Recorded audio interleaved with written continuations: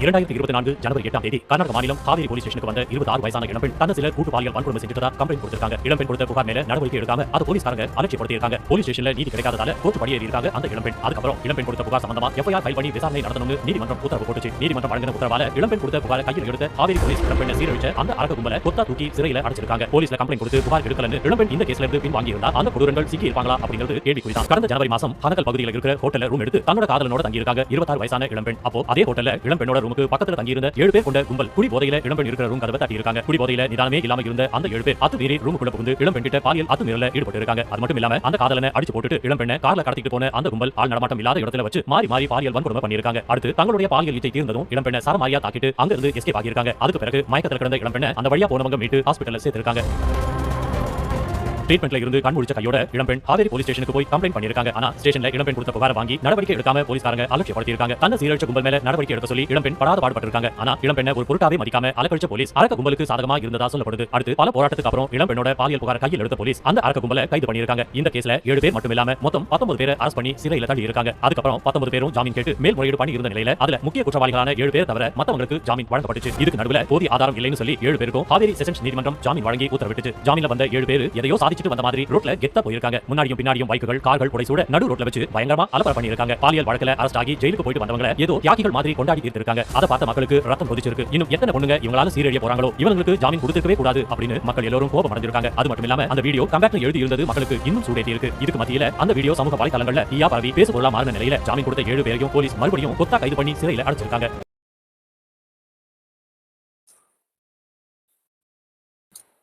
So இந்த news கேட்டிருப்பீங்க. ஆக்சுவலா இந்த பசங்க மேலதான் தப்பு. இவனுங்க மட்டும் கொண்டாடி இருக்கக்கூடாது. அதாவது ஜாமீன் கிடைச்சது இல்லையா, இவனுங்க மட்டும் எவ்வளவு சுயநலவாதியா இருக்கானுங்க. இவனுக்கு மட்டும் போய் கொண்டாடிட்டு இருக்கானுங்க. என்ன பண்ணிருக்கணும், அந்த ஜாமீன் கொடுத்த ஜட்ஜு இவனுக்கு ஜாமீன் கிடைச்சதும் அந்த ஜட்ஜு வீட்டுக்கு போயிட்டு பெரிய மாலை, அப்புறம் சீர்வரிசை தட்டு, பட்டு பொன்னாடைகள் இதெல்லாம் வாங்கிட்டு போயிட்டு இந்த 19 பேர் 7 பேர் தானே அப்படின்னு பாத்தீங்களா, மொத்தம் 19 பேர். அந்த 19 பேர்ல 12 பேர் வந்து குற்றவாளி இல்ல, ஆதாரம் இல்ல, எவிடன்ஸ் இல்ல அப்படின்னு சொல்லி ஃபர்ஸ்டே ஜாமீன் கொடுத்தாங்க. எப்போ அரெஸ்ட் பண்ண உடனே அப்பயே வந்து ரிலீஸ் பண்ணிட்டாங்க. இந்த 7 பேர் மட்டும்தான் போன வருஷம் ஜனவரி, இந்த சம்பவம் நடந்தது போன வருஷம் 2024 ஜனவரியில. இந்த பொண்ணுடைய லவ்வர் அந்த லாட்ஜ்ல தங்கியிருக்காங்க. எதுக்காக போனாங்கன்னு தெரியாது, பட் அங்க தங்கியிருக்காங்க. அப்போ இந்த 7 பேர் வந்திருக்காங்க. இந்த மாதிரி இங்க ஒரு லவ்வர்ஸ் தங்கியிருக்காங்க அப்படின்ட்டு யார் இன்ஃபர்மேஷன் கொடுத்தா? முதல் கேள்வி. அந்த லாட்ஜ்ல வேலை செய்யறவனோ இல்ல அந்த லாட்ஜ்ல இருந்தவன் எவனோ தானே கொடுத்துருக்கான், ஓனரோ பார்த்துட்டு இருந்தவனோ எவனோ. ஸோ இப்போ அவனுங்க அந்த 19 பேர்ல அவங்களும் உள்ள வராங்களா அப்படின்னு தெரியல. பட் மொத்தம் 19 பேர், 12 பேர் வந்து எவிடன்ஸ் இல்லை, அவங்க முக்கிய குற்றவாளி இல்லை அப்படின்னு சொல்லி ஜாமீன் கொடுத்துட்டாங்க. அடுத்தது இந்த 7 பேர் மட்டும் தான் முக்கிய குற்றவாளி. ஏன்னா இந்த 7 பேர் மட்டும் தான் கொஞ்சம் அமௌண்ட் கம்மியா இருக்கும் போல இருக்கு. அந்த 12 பேரை கம்பேர் பண்ணும்போது இவங்க கொஞ்சம் லோ ரேஞ்சில் இருக்காங்க போல இருக்கு, ஆளுங்களை பார்த்தாலே தெரியுது. அதனால இவங்க தான் முக்கிய குற்றவாளி அப்படின்ட்டு பண்ணியிருக்காங்க. அதுக்கப்புறம் ஒரு 7-8 மாசம் தாண்டி இப்போ இந்த மே மாசம் 2025 அவங்களுக்கு வந்து எவிடன்ஸ் இல்லை, எவிடன்ஸ் பத்தல. ஏன்னா இவங்க என்ன பண்ணிருக்கணும், அந்த பொண்ணு வந்து தூக்கிட்டு போனாங்க இல்லையா, லாட்ஜ்ல இருந்து தூக்கிட்டு போய் ஆள் இல்லாத இடத்துல வச்சு வன்கொடுமை பண்ணியிருக்காங்க. வன்கொடுமைன்னு தான் சொல்லணும். அந்த வார்த்தை பாருங்க எவ்வளவு அழகா தமிழ்ல வன்கொடுமை அப்படின்னு சொன்னா உங்களுக்கு என்ன புரியுது? நார்மலா வன்கொடுமை அப்படின்னா என்ன புரியுது? ஏதோ சித்தி கொடுமை மாதிரி இது ஒரு வன்கொடுமை. என்னன்னா ஏதோ கிள்ளிட்டாங்க, அடிச்சுட்டாங்க, அந்த பொண்ணை வந்து கூட்டு போய் அடிச்சிருக்கு, கிள்ளி இருக்காங்க, அடிச்சிருக்காங்க, திட்டி இருக்காங்க, கொடுமை பண்ணியிருக்காங்க, அவ்வளவுதான். இதுதான் வன்கொடுமை. இந்த வார்த்தை எவ்வளவு அழகா இருக்கு பாத்தீங்களா, வன்கொடுமை. முன்னாடியெல்லாம் இந்த பழைய படங்கள் எல்லாம் பாத்தீங்கன்னா தெரியும் உங்களுக்கு, வில்ல வந்து அந்த படத்துல சொல்லுவாங்க, பழைய படங்கள் எல்லாம் பாத்தீங்கன்னா வில்ல ஏதாவது ஒரு பொண்ணை வந்து இப்ப சொல்ற மாதிரி சொல்லுவாங்க, வன்கொடுமை பண்ணிடுவாரு. அது அப்ப எப்படி தெரியுமா சொல்லுவாங்க, அந்த படங்கள்ல, பழைய படங்கள்ல கற்பழிச்சிட்டான் அப்படின்னு சொல்லுவாங்க. அது அடுத்தது ஒரு 90s மேல படங்கள்ல வந்து பலாத்காரம் பண்ணிட்டான் அப்படின்னு சொல்லுவாங்க. இந்த 2 வார்த்தை வந்து மக்களுக்கு நல்ல தெரிஞ்ச வார்த்தை. ஏன்னா இந்த 2 வார்த்தையை கேட்டாங்கன்னா மக்கள் வந்து கோவப்பட்டுருவாங்க. அவன் எப்படி பண்ணலாம் அப்படின்னு கோவப்படுவாங்க. அப்ப என்ன ஆகும்? ஏன்னா தமிழ்நாட்டுல ஆதி காலத்துல இருந்து கற்பு அப்படிங்கிற ஒரு விஷயத்துக்கு வந்து இப்ப கச்சாமச்சான் கிடக்கு, அதை விட்டுருங்க. ஆதி காலத்துல இருந்து கற்பு அப்படிங்கிற ஒரு விஷயத்துக்கு பயங்கரமா பிரச்சனைகள் நடக்கும், கொலை, அந்த அளவுக்கு பிரச்சனைகள் நடக்கும். கற்பு அப்படிங்கிற ஒரு விஷயத்த வச்சு ஒரு ஊரே எரிச்ச மதுரை.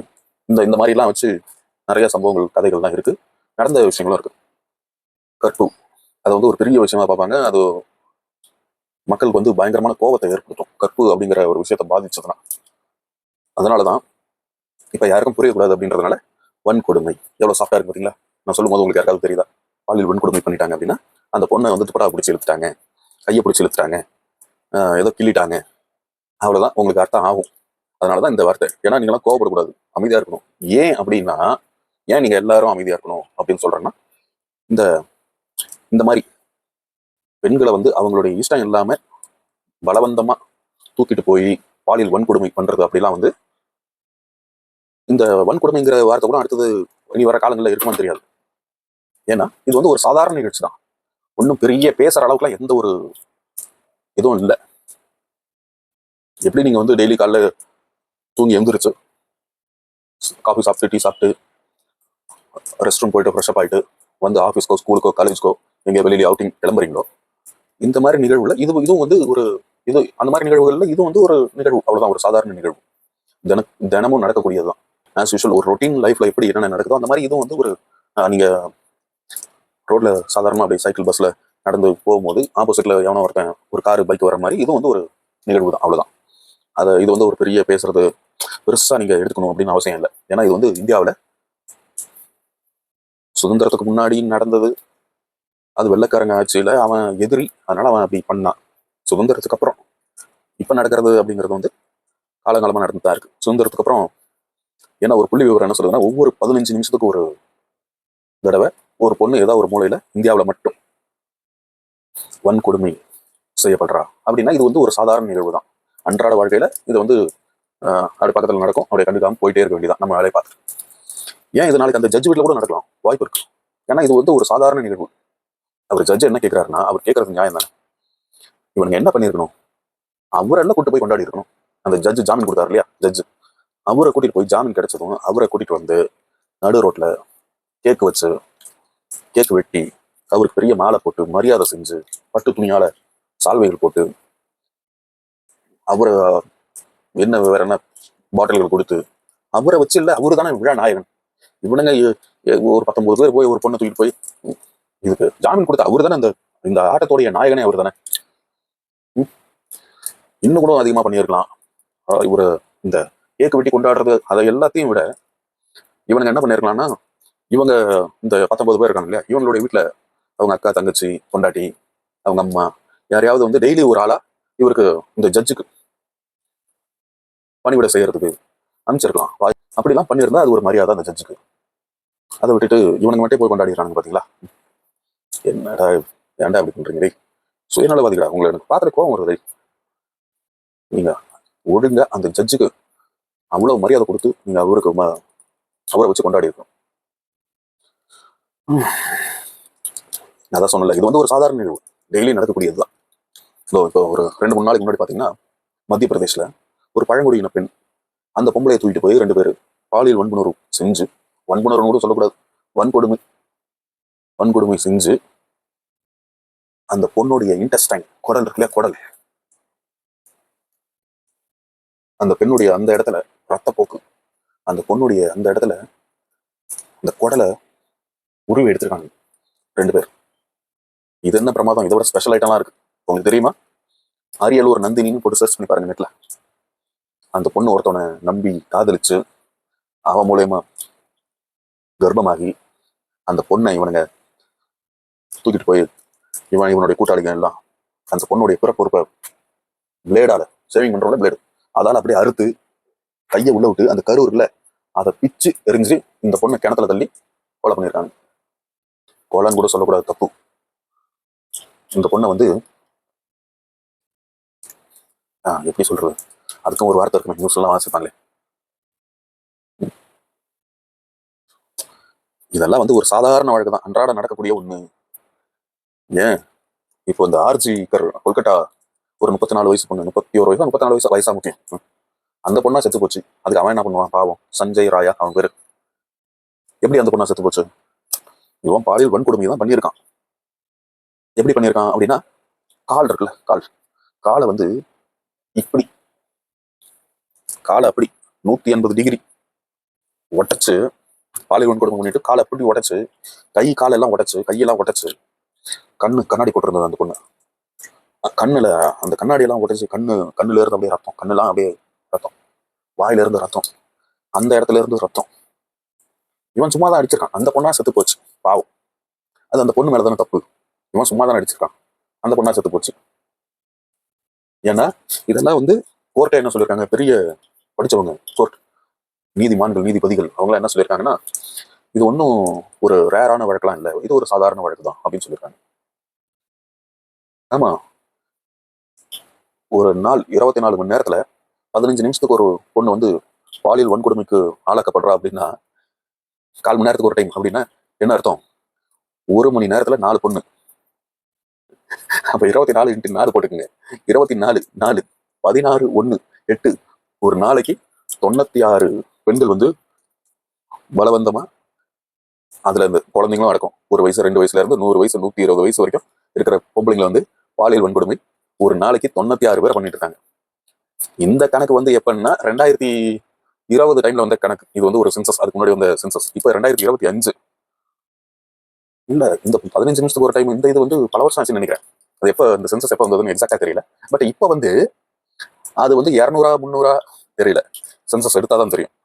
எடுக்க மாட்டாங்க, ஏன்னா கவுண்டிங் அதிகமா வந்துருன்றதுனால எடுக்க மாட்டாங்க. ஸோ இது ஒரு சாதாரண வழக்கு தான். இந்த பசங்க என்ன பண்ணிருக்கணும்னா, அந்த ஜாமீன் கொடுத்த ஜட்ஜை கூப்பிட்டு போய் கொண்டாடிடணும் நடு ரோட்ல. இது மட்டும்தான் எனக்கு கொஞ்சம் வருத்தமா இருக்கு. ஏன்னா எவ்வளவு சுயநலவாதியா இருக்கானுங்க. பாவம், அந்த ஜட்ஜ் என்ன பண்ணுவாரு? ஆசை இருக்கும் இல்லையா இருக்கும்.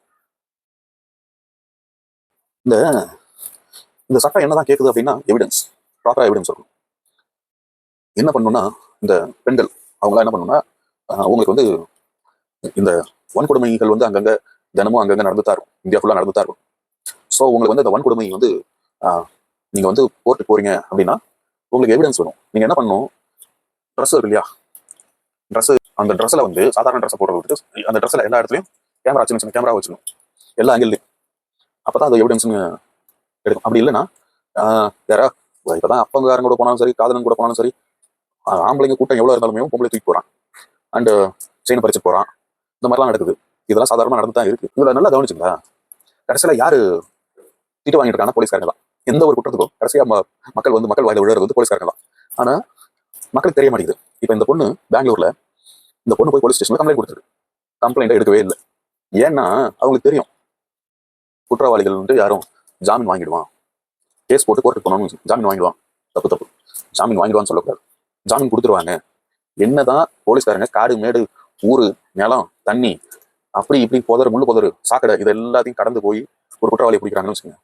அவன் கத்தி வச்சிருப்பான், துப்பாக்கி கூட வச்சிருக்கான், நிறையா துப்பாக்கி. அவன் எத்தனை பேரோட இருக்கான்னு தெரியாது. ஆனா இவங்க லைஃப் ரிஸ்க் எடுத்து தான் போய் பிடிக்கிறாங்க. அவ்வளவு கஷ்டப்பட்டு பிடிச்சிட்டு வந்தா அவனுக்கு ஊர்ல செல்வாக்கு இருக்கும். அவன் பிடிச்சிட்டு கோர்ட்ல நிறுத்தினா 15 நாள்ல ஜாமீன், 3 மாசத்துல ஜாமீன் கொடுத்து வெளில சொல்லுவாங்க. 15 நாள்ல ஜாமீன் கொடுத்து வெளில இல்லையா, அவனுக்கு போலீஸ்காரன் பந்தோபஸ்தோட, அவன் குடும்பத்துக்கு எல்லாத்துக்கும் போலீஸ்காரன் பந்தோபஸ்து இருக்கும். ஆனா இவன் போய் பிடிக்கிறான் இல்லையா போலீஸ்காரன் ஸ்டேஷன்ல இருந்து, என்னவா இருப்பான்? இவனுக்கு என்ன பந்தோபஸ்து? இவன் தான் போய் பிடிக்கிறான். போய் பிடிச்சிட்டு வந்தோம்னா அவன் 3 மாசத்துல வெளில வந்துருவான். வெளில வந்துட்டு இவன் குடும்பத்தை ஏதாவது பண்ணுவான். ஏன்னா நீ என்னையும் அடிக்கிறியா, என் மேலே கை வைக்கிறியா அப்படின்னு போலீஸ்காரன் ஃபேமிலியில எதையாவது பண்ணி விட்டுருவான். அதனாலேதான் போலீஸ்காரங்க என்ன பண்றது, என்ன கஷ்டப்பட்டு பிடிச்சாலும் கோர்ட்ல போய் கொண்டு போய் நிறுத்தினா ஜாமீன் கொடுத்துருவாங்க. போலீஸ்க்கு நல்லா தெரியும். அதனாலதான் ஸ்டேஷன்ல காம்ப்ரமைஸ் பண்றாங்க. ஒரு சொத்து வழக்குன்னு போறீங்கன்னு வச்சுங்க, ஒரு சொத்து வழக்கு, ஒரு பில்டிங் கட்டியாச்சு, அது ஒரு 50 கோடி 100 கோடி ஆகட்டும் 500 கோடி ஆகட்டும், ஒரு பில்டிங் கட்டிட்டீங்க, இல்ல ஒரு பெரிய நிலமா இருக்கு. நீங்க கோர்ட்டுக்கு போறதுக்கு முன்னாடி போலீஸ் ஸ்டேஷன்ல கம்ப்ளைண்ட் கொடுப்பீங்க. அப்பயே போலீஸ்காரங்க சொல்லுவாங்க, 2 தரமே சமாதானப்படுத்துவாங்க, இவ்வளவு வாங்கிக்கங்க அப்படின்னு. ஒரு கணிசமான அமௌண்டா இருந்தா வாங்கிட்டு கம்பெனி போயிடணும். அதை விட்டுட்டு நான் கோர்ட்ல இழுத்து நிறுத்துவேன் அப்படின்னு வீரவசனம் பேசிட்டு போய் சில பேர்லாம் கோர்ட்டுக்கு இழுத்து போயிடுவாங்க. அது என்ன தெரியுமா, 20 வருஷம் 30 வருஷம் 40 வருஷம் கேஸ் நடந்துட்டே இருக்கும். 50 வருஷம் 100 வருஷமா இருக்கு கேஸ் நடந்துட்டே இருக்கும். இப்ப இவனுங்க 2 பேர் கேஸ் போட்டாங்க இல்லையா, இதுல இவனுங்க 2 பேர் மாத்தி மாத்தி வக்கீலுக்கு செலவு பண்ணணும், கோர்ட்டுக்கு செலவு பண்ணணும். கடைசி வரை தீர்ப்பு வராது. ஒரு 30 வருஷம் கழிச்சு தீர்ப்பு வருதுன்னு வச்சுக்கோங்க, யாரோ ஒரு பக்கம் தீர்ப்பு வருது, இவங்களுக்கு தான் சொந்தம் அப்படின்னு வருதுன்னு வச்சுக்கோங்க. அப்ப என்ன தெரியுமா, அந்த பில்டிங் கேஸ் போட்டதுமே சீல் வச்சிருப்பாங்க, யூஸ் பண்ணக்கூடாதுன்னு. அந்த பில்டிங் 30 வருஷம் ஒரு பில்டிங் சும்மா இருந்தா என்ன ஆகும், ஒரு இடம் சும்மா இருந்தா என்ன ஆகும், இத்து போய் தரிசா போய் நஞ்சு நாசமா போயிடும், மண்ணோட மண்ணா போயிடும், ஒண்ணுத்துக்குமே ஆகாது. ஒரு விலை நல்லா இருக்குன்னு வச்சுக்கோங்க, ஒரு 30 வருஷம் சும்மா போட்டீங்கன்னா அதுல எதுவும் விளையாது, வீணா போயிடும், அவ்வளவுதான். ஒரு வண்டி இருக்குன்னு வச்சுக்கோங்க, 30 வருஷம் போய் மண்ணில் அரிச்சு நாசமா போயிடும். ஒரு பில்டிங் ஆள் இல்லாம பாழடைஞ்ச இடமா போய் அந்த இதெல்லாம் மெயின்டெனன்ஸ் எதுவுமே இல்லாம இத்து போய் நாசமா போயிடும். அதனாலதான் போலீஸ்காரங்களுக்கு முன்னாடி தெரியும், அவங்க தெரியும், அவங்க எத்தனை பார்த்து வராங்க. ஒரு கோர்ட்டுக்கு போனா 30 வருஷமாவது ஆயிடும் இந்த கேஸ்லாம் முடியறதுக்கு, அதுக்குள்ள இடம்லாம் இதாக போயிடும், அதெல்லாம் சொல்லுவாங்க. வேண்டாங்க, காம்ப்ரமைஸ் ஆயிடுங்க அப்படின்னு சொல்லுவாங்க போலீஸ்காரங்க. அதே அங்கே ஏதாவது பஞ்சாயத்து முடிச்சுட்டா ஏதோ ஒரு 5-10 உங்களுக்கு ஸ்டேஷன் செலவு கிடைக்கும். ஸ்டேஷன் செலவுக்கு லஞ்சமா அப்படின்னு கேட்டா அது லஞ்சம்னு சொல்ல முடியாது. ஏன் தெரியுமா? ஸ்டேஷன்ல இந்த பேப்பர், பேனா, டீ சாப்பிட்றதுக்கு இதெல்லாம் வாங்குறாங்க இல்லையா, இந்த காசு கவர்மெண்ட்ல கிளைம் பண்ணுவாங்க, அலவன்சஸ். அது வந்து அவ்வளவு சீக்கிரம் வராது. ஒரு ஸ்டேஷன்ல இருந்து அதுக்கு மேல ஒரு ஹெட் ஸ்டேஷன், அதுக்கு மேல அப்படி போய் கடைசியா தலைமைச் செயலகமா அந்த ட்ரெஷரி அங்க போய் அவங்க வந்து இதெல்லாம் நாங்க எப்படி நம்புறது அப்படின்னு சொல்லி இழுத்து, அது ஒரு பெரிய ப்ராசஸ். அது வருமா வராதான்னு கூட சொல்ல முடியாது. அந்த ஸ்டேஷன் உண்டான செலவு, அந்த ஸ்டேஷன் செலவுக்கு ஏதாகும். அதனாலதான் சின்ன சின்ன பஞ்சாயத்து வந்து ஸ்டேஷன்ல பண்றது. அதையும் மீறி கோர்ட்டு கேஸுன்னு போறவன் ஏற்கனவே இருந்த சொத்துக்காக கோர்ட்டு கேஸுக்குன்னு போய் வச்சிருக்கிற சொத்தையும் வித்து கோர்ட்டுக்கு செலவு பண்ணி, அதுவும் போய் இவனுடைய டைமும் போய் எல்லாம் போயிடும். புரியுதா உங்களுக்கு?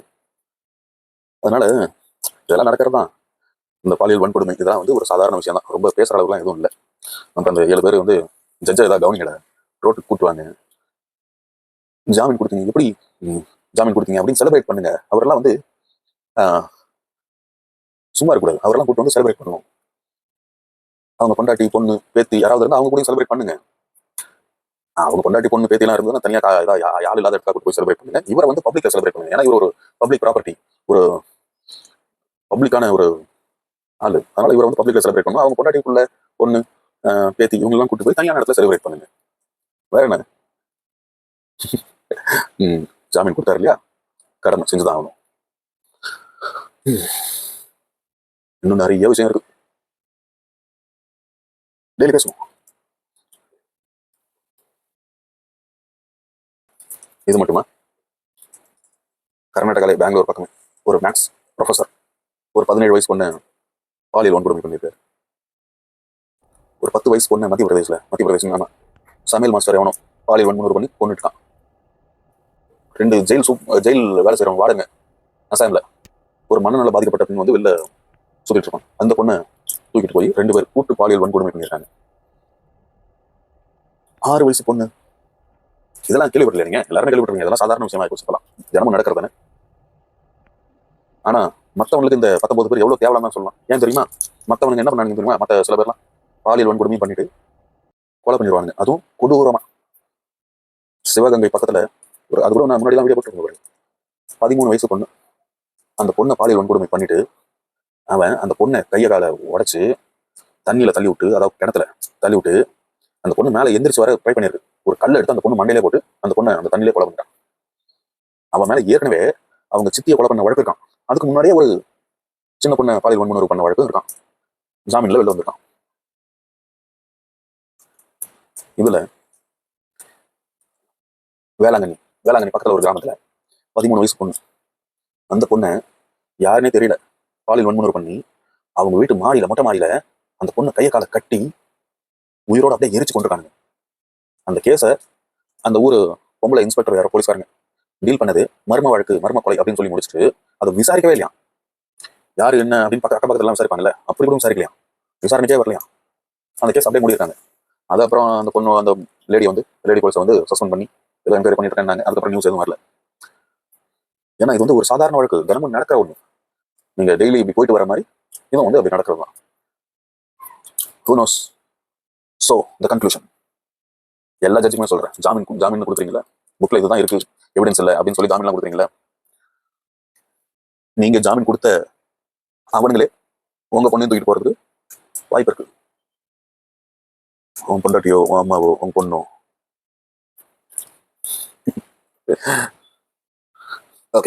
ஓகே சரி. அடுத்து ரோட்டோரமா உள்ள அம்மன் கோவிலுக்கு முன்னாடி கணவனும் மனைவியும் ரத்த வெள்ளத்துல குத்துயிரும் கொலை உயிருமா கிடக்கிறதா ஜோலாப்பேட்டை போலீஸுக்கு தகவல் வந்திருக்கு. அடுத்த கொஞ்ச நேரத்திலேயே சம்பவ இடத்துக்கு போன போலீஸ் உயிருக்கு போராடிட்டு இருந்த தம்பதியை மீட்டு திருப்பத்தூர் கவர்மெண்ட் ஹாஸ்பிட்டலுக்கு சிகிச்சைக்கு அனுப்பி வச்சாங்க. அதுக்கப்புறம் வெட்டுப்பட்ட கணவன் மனைவி யாரு, அவங்களை இப்படி கொடூரமா வெட்டுனது யாருன்னு தெரிஞ்சுக்க விசாரணையில இறங்குறாங்க. அப்போதான் வெட்டுப்பட்ட நபர் கொலை கேஸ்ல ஜெயிலுக்கு போயிட்டு கொஞ்ச நாளைக்கு முன்னாடி தான் ஜாமீன்ல வெளியே வந்திருக்கிற விஷயம் தெரிஞ்சிருக்கு. அப்போ கண்டிப்பா அந்த கொலைக்கும் இந்த சம்பவத்துக்கும் ஏதோ சம்பந்தம் இருக்கிறத புரிஞ்சுக்கிட்ட போலீஸ் அந்த கோணத்துல விசாரணையை முன்னெடுத்தாங்க. அதுக்கப்புறம் தான் இந்த சம்பவத்தில் உள்ள மர்மம் கொஞ்சமா விலக ஆரம்பிச்சது. திருப்பத்தூர் ஜோலாப்பேட்டை பக்கத்தில் உள்ள வக்கனம்பட்டி அப்படிங்கிற கிராமத்தை சேர்ந்தவர் 48 வயசான திமராயன். இவருடைய சொந்த அக்கா பையன் தான் சக்கரவர்த்தி. இவர் காந்தி காந்தி நகர் பகுதியில் தனக்கு சொந்தமா உள்ள 3 ஏக்கர் நிலத்தை ஃபைனான்சியல் ஒருத்தர்கிட்ட அடமானம் வச்சு 38 லட்சம் ரூபாய் வாங்கினதா சொல்லப்படுது. பிசினஸ் பண்ண போறேன்னு சொல்லி சக்கரவர்த்தி ஏகப்பட்ட சொத்தை வித்து அழிச்சதா சொல்லப்படுது. மிஞ்சி இருக்கிற 3 ஏக்கர் நிலத்தையும் அடமானம் வச்ச விஷயம் சக்கரவர்த்தியோட அம்மாவுக்கு தெரிஞ்சு இதுவும் நம்ம கையை விட்டு போயிருமோன்னு நினைச்சு பயந்துருக்காங்க. ஏக்கர் நிலம் எக்காரணம் கொண்டும் நம்ம கையை விட்டு போயிடக்கூடாதுன்னு நினைச்ச சக்கரவர்த்தியோட அம்மா தன்னுடைய தம்பி திமராயன் கிட்ட இதை பத்தி சொல்லியிருக்காங்க. இப்படியே போச்சுன்னா சக்கரவர்த்தி எல்லா சொத்தையும் வித்து தீர்த்துவான். அதனால நீ அந்த ஃபைனான்சியர் கிட்ட பேசி நம்ம பூர்வீக சொத்தை உன் கையில வாங்கி வச்சுக்க. சக்கரவர்த்தி பணத்தை கொடுத்ததும் அவன்கிட்ட திரும்ப கொடுத்துருன்னு சொன்னதா சொல்லப்படுது. ரியல் எஸ்டேட் பண்ணிட்டு இருந்த திமராயன் தன்னுடைய அக்கா சொன்னதுக்காக சக்கரவர்த்தி ஃபைனான்சியர் ஒருத்தர் கிட்ட அடமானம் வச்ச நிலத்தை வாங்கியிருக்காரு. இந்த விஷயம் தெரிஞ்சு கோபப்பட்ட சக்கரவர்த்தி நிலத்தை எப்படியாச்சும் மீட்டணும்னு முடிவு பண்ணி அதுக்கான பணத்தை ரெடி பண்ணியிருக்காரு. அதுக்கப்புறம் நேரா தன்னுடைய தாய் மாமனான திமராயன் கிட்ட போய் 38 லட்சம் ரூபாய் பணத்தை கொடுத்து தன்னோட 3 ஏக்கர் நிலத்தை திருப்பி தாங்கன்னு கேட்டிருக்காரு. ஆனா திமராயன் சக்கரவர்த்தி கிட்ட கூடுதலா பணம் கேட்டதா சொல்லப்படுது. கூடுதல் பணம்லாம் என்னால கொடுக்க முடியாதுன்னு சக்கரவர்த்தி சொல்ல, பணம் கொடுக்கலனா நிலத்தை கொடுக்க முடியாதுன்னு திமராயன் சொல்ல, ரெண்டு பேருக்கு நடுவுல பிரச்சனை ஏற்பட்டு பல முறை வாக்குவாதம் ஏற்பட்டு தன்னோட நிலத்துக்கான பணத்தை கொடுத்தும் நிலத்தை திருப்பி தராத ஆத்திரத்தில் இருந்த சக்கரவர்த்தி திமராயனை கொலை பண்ணணும்னு முடிவு பண்ணியிருக்காரு. அதுபடி கடந்த பிப்ரவரி 17ஆம் தேதி வாழை தோட்டத்தில் இருந்த திமராயனை சக்கரவர்த்தி அறிவாளால சரமாரியா வெட்டி கொண்டு தப்பிச்சு போயிருக்கான். சம்பவம் நடந்து 9 நாளுக்கு பிறகு தலைமறைவா இருந்த சக்கரவர்த்தியை போலீஸ் அரெஸ்ட் பண்ணி ஜெயில அடைச்சிருந்தாங்க. இந்த நிலையில கடந்த 10 நாட்களுக்கு முன்னால தான் சக்கரவர்த்தி ஜாமீன்ல வெளியே வந்திருக்காரு. மனைவி கௌரியை கூட்டிட்டு சக்கரவர்த்தி பைக்ல கிளம்பி இருக்காரு. காஞ்சிபுரம் போலீஸ் ஸ்டேஷனுக்கு போற வழியில பொன்னேரியில உள்ள அம்மன் கோவில சுவாமி கும்பிடுறதுக்காக பைக்கை நிப்பாட்டி இருக்காரு. கணவனும் மனைவியும் பைக்கை நிப்பாட்டிட்டு சாமி கும்பிடுறதுக்கு போகும்போது பின்னாடியே ஸ்கார்பியோ கார்ல வந்த 4 பேர் கொண்ட கும்பல் சக்கரவர்த்தியை அறிவாளால சரமாரியா வெட்டி இருக்காங்க. இதுக்கு இடையில சிசிடிவி காட்சிகள் அடிப்படையில் சக்கரவர்த்தியை கொண்டது திமராயனோட மகன் பரத்தும் அவனோட கூட்டாளிகளும் தாங்கிறது உறுதியாக்கி போலீஸ் பரத்தை அரெஸ்ட் பண்ணிட்டாங்க. தன்னோட அப்பாவை கொண்டதுக்கு பழிக்கு பழியா தான் சக்கரவர்த்தியை கொண்டதா பரத் வாக்குமூலம் கொடுத்திருக்கான். அதோட அவனோட கூட்டாளிங்க 4 பேர் சந்தேகத்தின் அடிப்படையில் பிடிச்சு விசாரணை நடத்திட்டு இருக்காங்க. இந்த நியூஸ் கேட்டுங்க.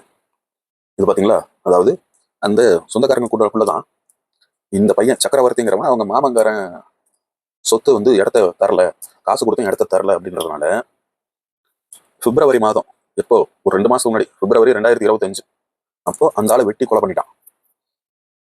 இவனுக்கு இப்போ பிப்ரவரி 20, அதுவும் கடைசியில தான், பிப்ரவரி கடைசியில. அப்புறம் என்ன மாசம், மார்ச், ஏப்ரல், 2 மாசம் தான் உள்ள ஜெயிலுக்குள்ள இருந்தானு தெரியல. ஆனா 2 மாசம் தான் நடுவுல. மே மாசத்துல ஜாமீன் கொடுத்துட்டாங்க. எப்படி கொலை பண்ணிட்டு 2 மாசம் தான் இந்த போலீஸ் ஸ்டேஷன் கோர்ட்டு அலைஞ்சது. ஜாமீன் இப்ப ஃப்ரீ ஆயிட்டாரு. அதனால இவர் என்ன பண்ணிருக்காரு, ஊருக்கு வந்திருக்காரு. இப்ப என்ன ஆயிப்போச்சு, இந்த மாமங்காரன் செத்து போயிட்டான். ஆனா அவனுடைய சொந்தக்காரங்க சும்மா இருப்பாங்களா? அவனுடைய பையன், அந்த ஆளுடைய பையன், அவன் ஃப்ரெண்ட்ஸ் ஒரு 5 பேர் சேர்ந்துக்கிட்டு இவனை, இந்த சக்கரவர்த்தியை வெட்டி கொண்டுட்டானுங்க. இப்போ இதுல யார் கொலைகாரன்? கரெக்ட், இந்த சக்கரவர்த்திக்கு ஜாமீன் கொடுத்து வெளியில அனுப்பின ஜட்ஜ் தான் கொலைகாரன். ஆமா, 5 புதுசா கொலைகாரனை உருவாக்கியிருக்கான். இவனை கொலைக்கு உண்டான தண்டனை, ஒரு ஆயுள் தண்டனையோ ஏதோ ஒண்ணு, அதை கொடுத்து உள்ள வச்சிருந்தா அந்த செத்தவன் குடும்பத்துக்கு ஒரு ஆறுதலாவது கிடைச்சிருக்கும்.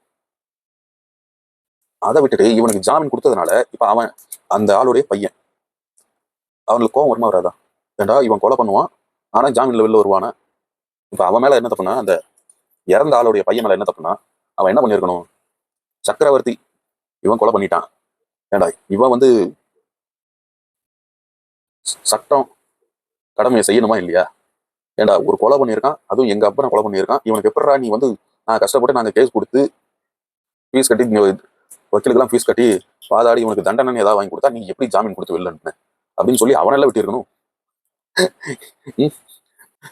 என்ன குழப்பமா இருக்கா? ஒன்னும் குழப்பலாம் வேண்டாம். இவன் போயிட்டு இவனை விட்டுட்டு இப்ப இவனும் ஜெயிலுக்கு போறான். இவனும் ஜாமீன்ல வந்துருவான், கவலைப்படாதீங்க, ஜாமீன் வந்துருவான். என்ன மாதிரியான ஒரு சட்டம் நம்ம ஊர்ல கலக்கலா இருக்குல்ல? இந்த மாதிரிதான் இருக்கணும். அப்பதான் வந்து இப்ப எனக்கு யாரையாவது பிடிக்கலன்னு வச்சுங்க, நான் ஜாலியா போய் சம்பவம் பண்ணலாம். எனக்கு ஆக்சுவலா இந்த கோர்ட்டு ஜட்ஜு இவங்கெல்லாம் பிடிக்கவே இல்லை, நிஜமாதான். குற்றவாளிக்கு ஒரு முழுசா தண்டனை ப்ராப்பரா கொடுத்துருந்தாங்கன்னா இந்த செத்தவங்க குடும்பத்துக்கு அது ஒரு ஆறுதல், அவ்வளவுதான். இழப்பு, இறந்த ஆளு இழப்பு தான். ஆனா எதிரி, அவனை ஆப்போசிட் பார்ட்டிக்கு தண்டனை கிடைச்சிருச்சு அப்படிங்கிறது ஒரு ஆறுதலாவது இருக்கும். அது கூட இந்த இவனுக்கு கொடுக்காம அவனை ரிலீஸ் பண்ணி ஜாமீன் கொடுத்து விட்டா அப்புறம் இவனும் குற்றவாளியா மாற வேண்டிய சூழ்நிலை ஏற்படுது. பழிக்கு பழி அப்படின்ட்டு. இப்போ இவனுக்கு ஜாமீன் கொடுத்ததுனால புதுசா 5 குற்றவாளி, 5 கொலையாளி உருவாகிட்டாங்க. இப்போ இவனை வந்து உள்ளே வச்சிருந்தாங்கன்னா, ஆயுள் தண்டனை உள்ள வச்சிருந்தாங்கன்னா செத்தவங்க குடும்பமாவது ஆறுதல் அடைஞ்சிருக்கும், தண்டனை கிடைச்சிருச்சு அவனுக்கு அப்படின்ட்டு. இப்போ இவனுக்கு தண்டனையே இல்லாமல் வெளில விட்டதுனால அந்த குடும்பத்துல இருந்து ஒரு 5 பேர் புதுசாக குற்றவாளியாக மாறிட்டான். இப்போ அவங்களுக்கும் ஜாமீன் கிடைக்கும். இப்போ அவங்களுக்கு ஜாமீன் வெளில வந்ததும் இந்த குடும்பத்துக்காரங்க என்ன பண்ணுவான், இவன் ஒரு 4 பேர் அவங்கள விட்டுவான். இப்படி தான் போன மாசத்துல இந்த ஜிம் ட்ரைனர் ஒருத்தவனும் அவன் பக்கத்து வீட்டுக்காரனும் மாற்றி இந்த பக்கத்து வீட்டுக்காரன் ஜிம் ட்ரைனர் அவனை வெட்டி கொலை பண்ணதும் ஒரு 3 மாசத்துல ஜாமீன்ல வெளில வந்துட்டான். ஜாமீன்ல வெளில வந்ததும் இந்த ஜிம் ட்ரைனருடைய சொந்தக்காரன் ஒரு 5 பேர் சேர்ந்து இந்த வெங்கடேஷ்ங்கிற அவனை வெட்டி அவனை கொண்டுட்டாங்க. இப்போ புதுசாக குற்றவாளிகள் உருவாயிட்டே இருக்காங்க. யாரால? புரியுதா உங்களுக்கு? உங்களுக்கெல்லாம் கூட முடிஞ்சிடும். ஆனால் பெரிய பெரிய படிப்புலாம் படிச்சிருக்காங்க, அதே படிச்சிருக்காங்க. இது என்னத்தை தான் படித்தாங்களோ.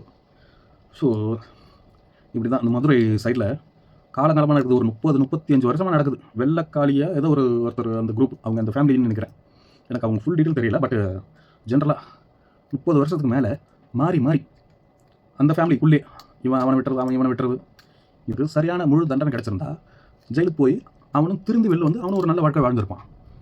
இப்போ என்னாச்சுன்னா இந்த குடும்பம் 2 பேரும் மாற்றி மாற்றி மாற்றி வெட்டிட்டு இப்போ வந்து அந்த குடும்பத்துக்குள்ளே இந்த பல்லடம்லாம் கொலை நடந்து தெரியுமா, இந்த குரூப் தான். அவங்களுக்குள்ள அந்த வம்சாவழியாக கொலைகள் நடந்துகிட்டே இருக்கு. என்னன்னா, கொலை பண்ணுவான், ஜாமீனில் விட்டுருவான், ஜாமீனில் வந்து இன்னொருத்தவனை கொலை பண்ணுவான். இப்படியே போயிட்டு இருக்கு. ஜாமீனில் வரவனை அவன் கொலை பண்ணுவான், இல்லை ஜாமீனில் வந்து இவன் கொலை பண்ணுவான். ஆக மொத்தம் ஜாமீன் பெயிலு இது கன்ஃபார்ம். ஸோ என்ன மாதிரி என்னத்தை சொல்கிறது, கருமம்.